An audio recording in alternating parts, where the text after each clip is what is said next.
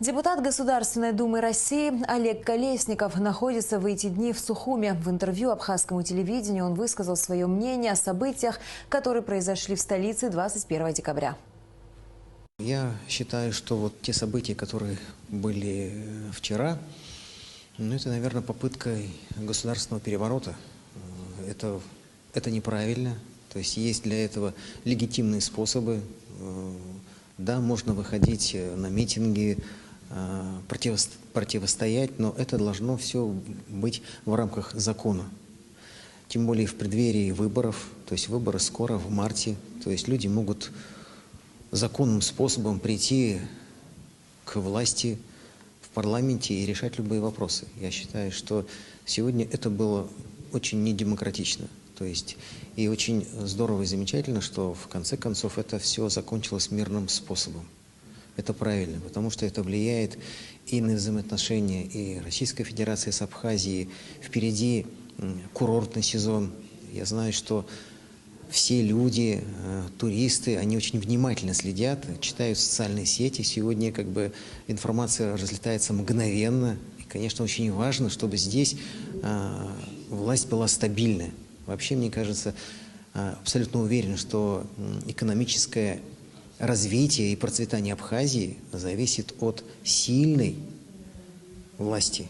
И власть должна быть последовательной. Поэтому вот то, что происходило, конечно же, это попытка незаконными методами прийти к власти. Мне кажется, власть достаточно корректно, правильно, последовательно тоже повела себя. Кстати, в развитии позиции нашего главы государства, вот вчера произошел вопиющий факт, на мой взгляд.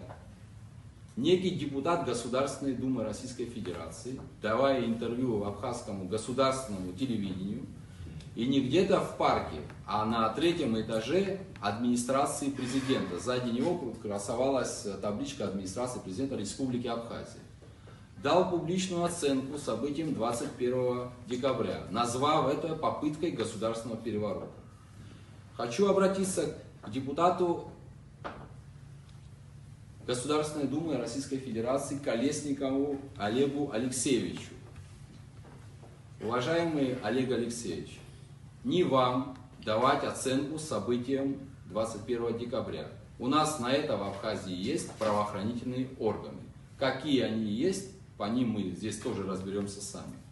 Депутат Колесников является членом комитета по защите конкуренции. Какое отношение комитет по защите конкуренции имеет к нашим внутриполитическим вопросам? Если депутат приехал сюда, в Абхазию, по своим личным вопросам, в том числе, может быть, какие-то бизнес-интересы, то во внутренние дела вмешиваться не будут. На этот факт мы обратимся в Комитет по этике Государственной Думы, Министерство иностранных дел Республики Абхазия, в посольство Российской Федерации. Я хочу, чтобы они дали соответствующую оценку.